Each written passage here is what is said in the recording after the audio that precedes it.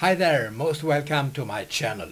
If you are into American muscle cars, you have probably heard about Muscle Car City in Punta Gorda, Florida. The museum is now permanently closed, but I had a chance to talk to the owner Rick and watch the cars before it was closed. Let's run the tape. My collection spans from my oldest car is a 1914 Baby Grand, which was the first production Chevrolet, and I work all the way up to a 2010 ZR1 is the newest car in the collection. Primarily though, I span the 50s, 60s, and 70s in the muscle car era. Is it possible to have just one favorite among all these cars? I don't know about one. I think my favorite overall probably would be the 427 67 Corvettes. I've got a few of them on the floor. That was like the high water mark for Corvettes at that time, and that's the big block Corvette would be probably my favorite in what we have here.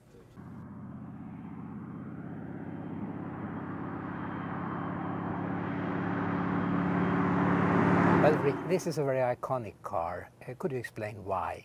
Yes, these 427 Corvettes, that was the end of the series of the mid-year, the C2 Corvette, and of course all Corvettes, the higher the horsepower, the more valuable the car. This is the second step down in horsepower, but it has air conditioning, power steering, power brakes, things that weren't available on the 435 car. So it's a more user-friendly car. In all kinds of weather and stuff, it's a more comfortable car to drive and so forth than what the 435 is. So for that reason, it makes it extremely desirable car. It was rare as new, and it's even more rare today. That's absolutely right. The air-conditioned cars are actually, in the big blocks now, are actually probably more rare than what the 435s are today. I've got 18 for sure of the big block cars. Yeah. And you collect them in different colors, I guess? Yeah, when I started out trying to come up with one of every color. I got that accomplished. Then I realized there's different colors of stingers on them, which is the painting on the hood.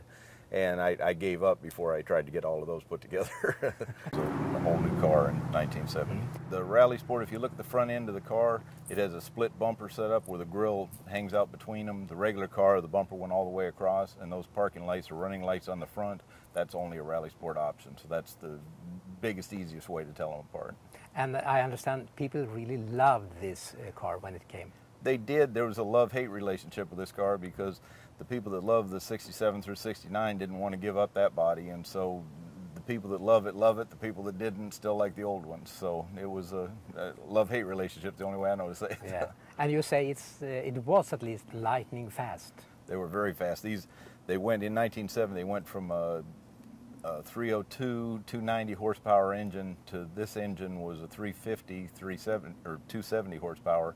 It actually was a lot more low-end power, a lot faster feeling car. I don't know if it really was faster, but it felt faster.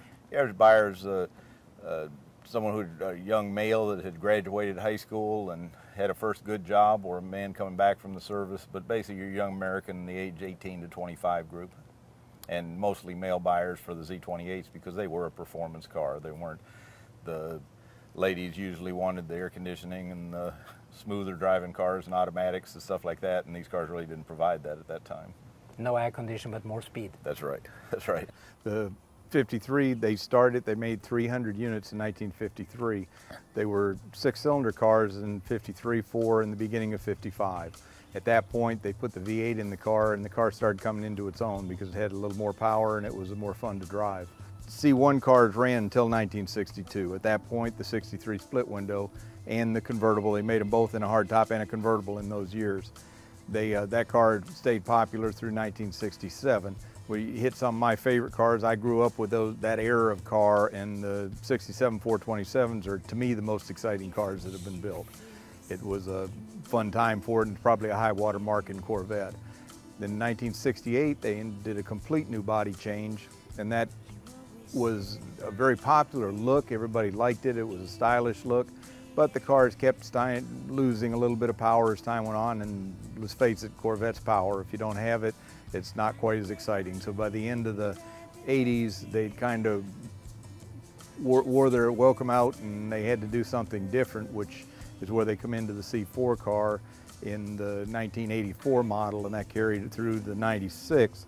Those had, the Grand Sport was a pretty phenomenal car. We've got one in on the floor. It's It was the most performance side. The ZR1, the first series ZR1 came out. It had a motor by Mercury Marine, and that was a real big deal when it came out. It was a fast car. However, when the C5 came out, it outran the ZR1, so it kind of shadowed it, and all of a sudden everything was new and better handling, and the cars are friendlier on the road. They're just a considerably more user-friendly car, and they're more fun. They quit running the C5 in 2005 and went to the C6, which was basically a small body change and quite a bit of performance change. They did the Z06 was the performance model. It was 505 horsepower by then. And then in the end of that series, they ran the ZR1 again, but now it was 638 horsepower and turbocharged. It was literally a king of the hill at that point. There's almost nothing on the road for the money that would run with that car. And now we have the C7 shadowing everything before that. That's right. The latest and the greatest has just come out, and they're just starting to show up around the country. It's drawn a lot of things. The body's real edgy, a little more chiseled look than what the C5 was. And it's being very well accepted. They've upgraded the interior to a world-class interior, got rid of all the plastics and stuff inside the car, went to an LT motor, which is a little bit different configuration from what the LS was, and they're just now starting to learn about how fast we can make this car, and it looks like a pretty bright future. Could you say it's more upgraded to European standards? I would say it certainly is. It's comparable to almost everything European. Now, I don't think money for money, there's not much you can buy that will, hang with this car for the same kind of money. Is it true to say that you get a lot of value for money with the Corvette? You get a lot of value for the money. There's probably nothing that's a better deal out there. This little car, I've had it approximately 3 years now. It's what you call a 1932 Landau Phaeton. This particular one is a hot rod. It's on a late model chassis. It's got all late model suspension. It's got a crate 350 motor with about 330 horsepower, automatic transmission, Ford differential in it. The little car is one of the rare body styles that Chevrolet built back in that year, so you hardly ever see this particular body in a street rod or a stock car for that matter. So I'm in love with it just because it is a very unique car. Yeah. Could you tell me the difference between street rod and hot rod? Well, in this country, there's really not a lot of difference between a street rod and a hot rod. Originally, they were all called hot rods. As time went on, they were more built for the street. When it was first started, they were built for track, and so they didn't have to be a street car to be a hot rod. Not today, they're almost all street cars, so they just call them street rods instead of hot rods. Who drives a car like this today? Is it a young guy or a mature guy? Most of it's older. These cars are very expensive, and usually it's an older person that has this car because you want it as a kid, but you really can't afford it. You've got to, get after the kids are gone and stuff like that, then people come back and buy these cars that they liked when they were a kid. And I guess you need a very good relationship with the police? It doesn't hurt a bit.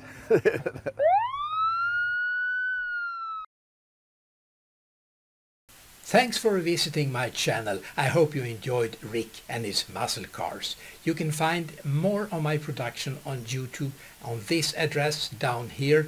Unfortunately, most of it is produced in Swedish, but I'm quite sure you can enjoy something of it. Thanks again. Bye now. Hallå där, gillade du det här klippet och ska du veta att det finns mer på min YouTube-kanal Trafikmagasinet Bil-TV med Perstad. Där finns hundratals klipp som handlar om bilar och trafik från igår, idag och lite grann också imorgon.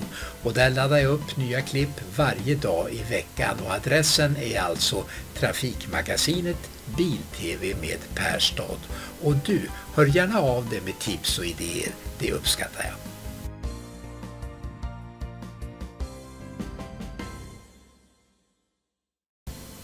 Hallå där, gillade du det här klippet och ska du veta att det finns mer på min YouTube-kanal Trafikmagasinet Bil-TV med Perstad.